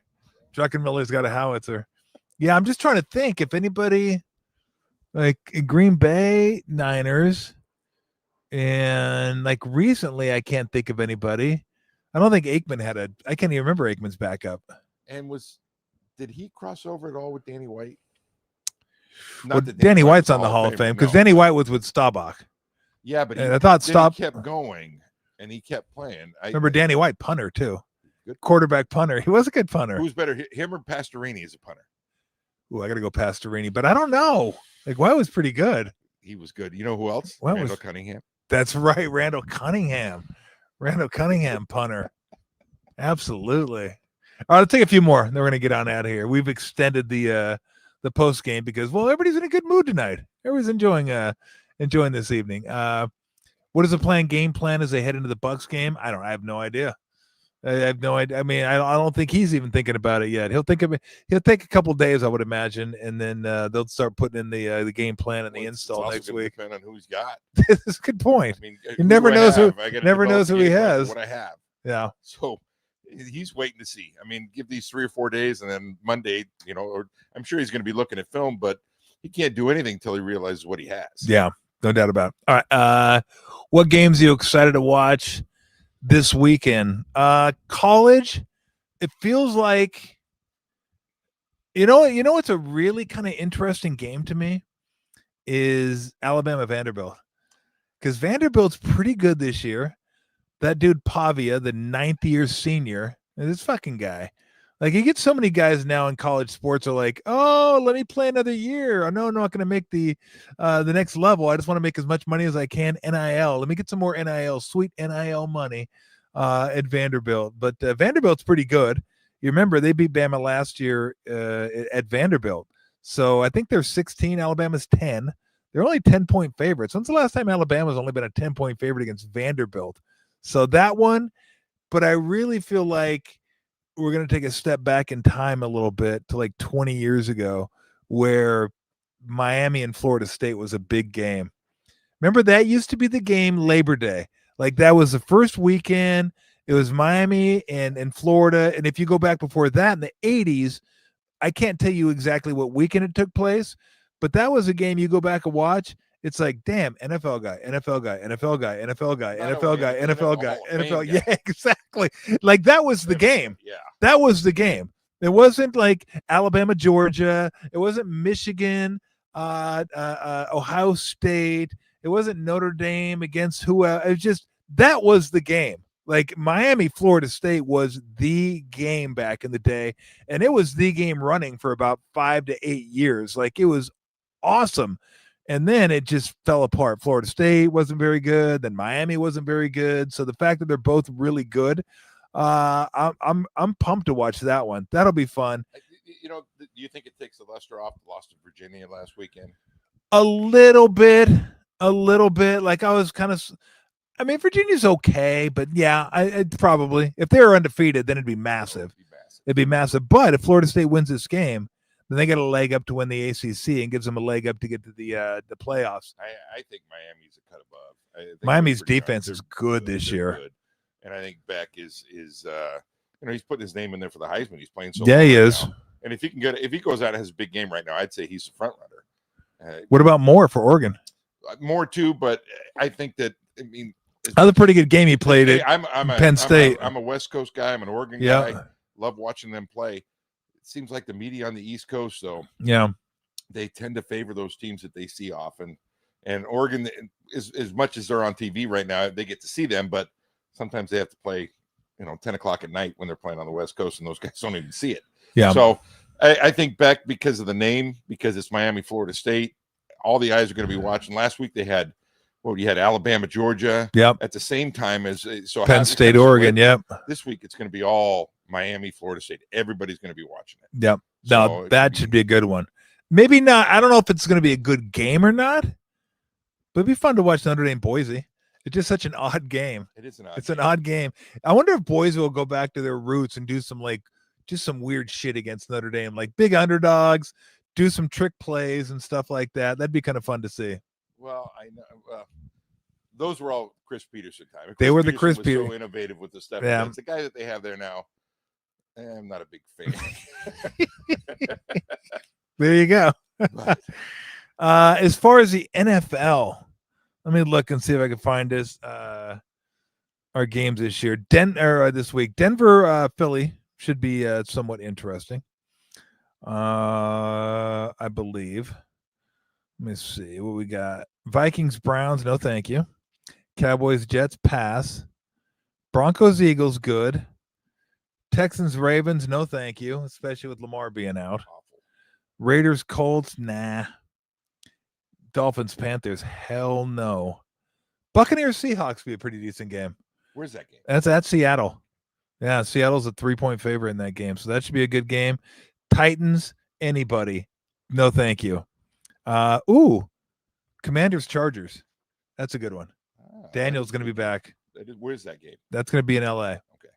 So SoFi gets double duty. Lions, Bengals look good early, not so much anymore. Patriots, Bills, Patriots intrigue me. They intrigue me a little bit. I think Drake May is pretty good. I do too. He's pretty good. And I'm a big Vrabel fan. I think he's a good coach. I mean, obviously tough-minded guy, not really an offensive guy, but tough-minded guy, and his players play like he coaches. And then Chiefs go to Jacksonville on Monday night. See if the Jags and the game in England is the Vikings. That's the Vikings-Browns. Vikings-Browns. That's the one I will not be waking up for. And that's the one Bergie will already be up for because he gets up way earlier than a human being should get up. I mean, you shouldn't get up that early. I don't know why you get up that early. I don't know why you get up that early. Oh, Oklahoma State, Arizona, bear down. Let's go. Okie State. Who's coaching Okie State now? I have no idea. No idea. Another Texas at Florida might be somewhat decent. We saw Florida play at LSU. They're kind of just awful. Yeah, they're kind of boo boo.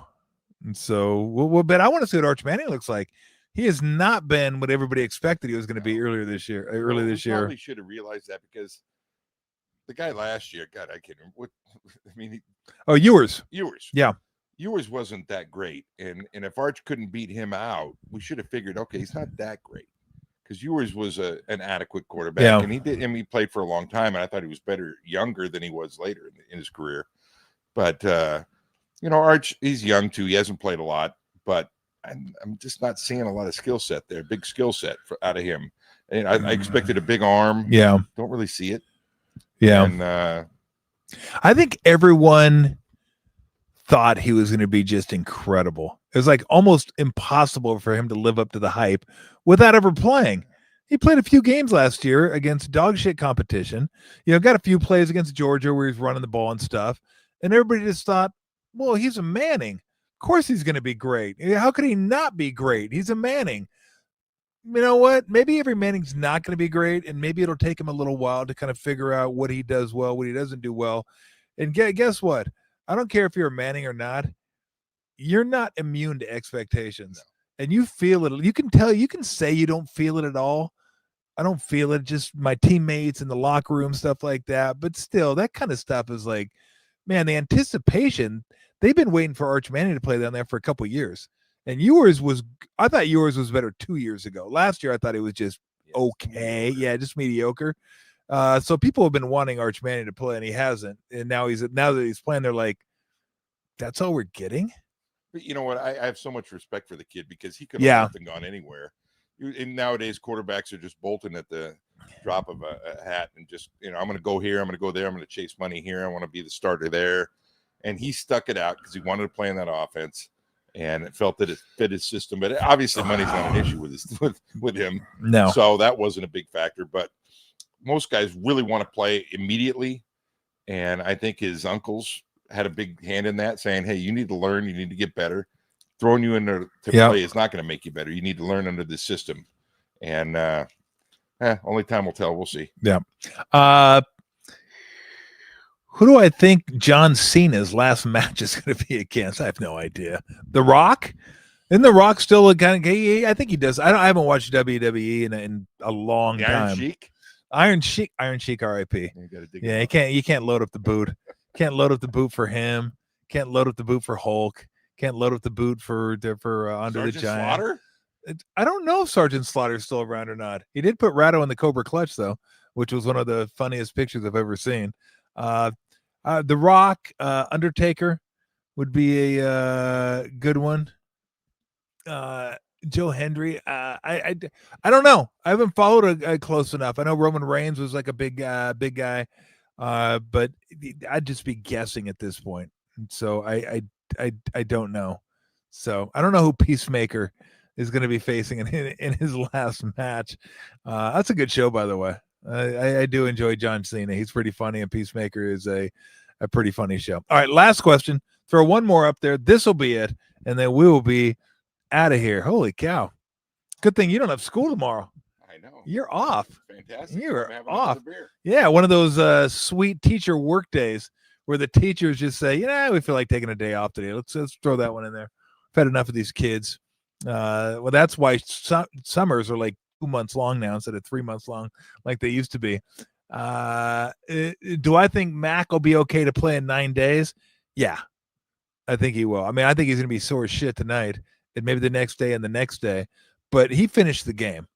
And that tells me that with enough rest and treatment that he'll be able to get out there. And if he was hurt bad enough to where he couldn't play in 9 days, then he probably wouldn't have finished the game. So I expect he'll play, but that's just me thinking like football players are tough dudes. And if they got to find a way to get out there and play, they're going to find a way to get out there and play. So I would think 9 days later, and this is just a wild guess, but I would think he'd be out there. Yeah. And none of the hits he took tonight looked like structurally hurt his knee. Yeah. There was a lot of banging. It was like cumulative effect. Yeah, the cumulative effect. And it looked like his brace actually was bothering him more than his knee was. Yeah. And then they said cramping as well. So all those things are pretty easy. I mean, 9 days off is going to, and a win, those things help a lot. Yeah, no doubt about it. And guess what? He'll probably be happy that he's playing on grass. Don't got to worry about the turf. Go down to Tampa, play on grass. It shouldn't be as hot. No.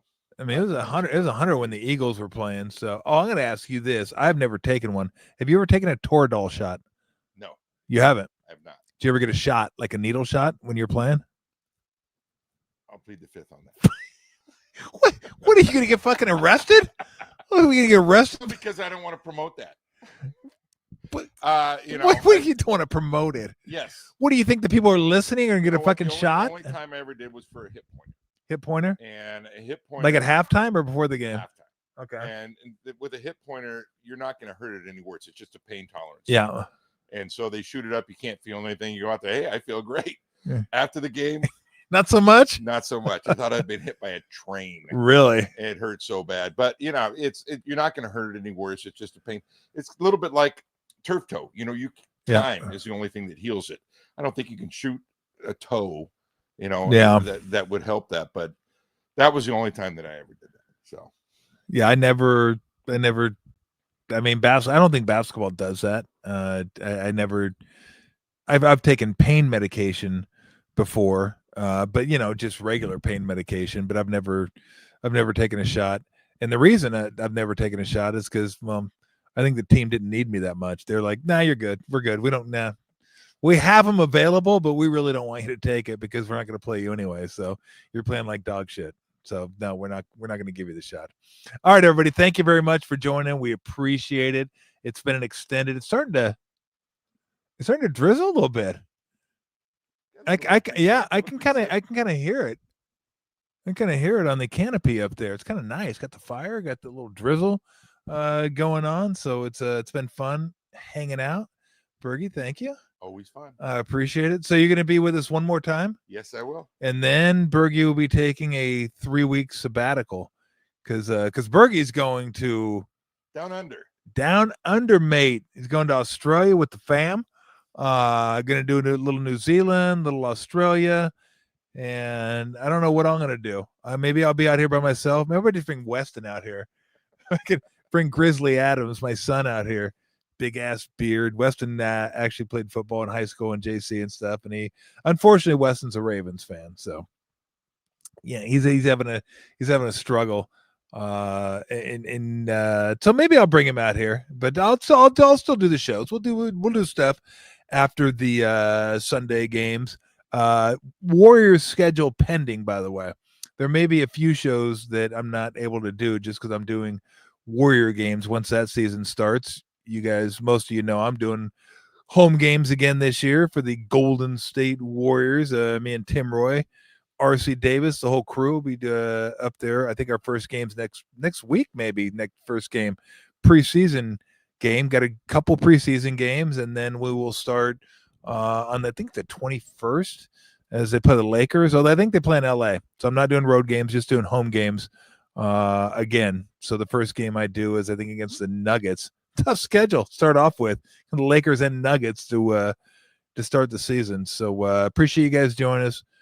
And look, you guys hung in there with us. We've been out here a while, enjoying our beer, enjoying the fire, enjoying the rain. I think the fans deserve a little something, and just for the effort. Give them a nice calf shot just for the fucking effort. There you go. Oh, look at those fucking beauties. You're gonna have the Zoom. Oh, look at those beauties. Oh, fuck. All right, we're out of here. I'll see you Monday with Brent Jones. Brent will join us Monday, and I'll probably be back tomorrow. I think tomorrow we're doing handicapping again. Been a full week. Full week next week, too. I think Drew Amenda's going to stop by. We're trying to get Mark Spears to stop by, get you guys ready for the NHL season, the NBA season. Brent will join me on Monday. But I think tomorrow we will be doing our handicapping segment. I got to square that up with Dr. Bob and Dennis and see if we're going to do that. But I believe we are. We're going to get you guys some winners, don't we? We're going to get you guys some winners. Oh, yeah. They're all natural and glorious. Until we see you again, have a good night. See you.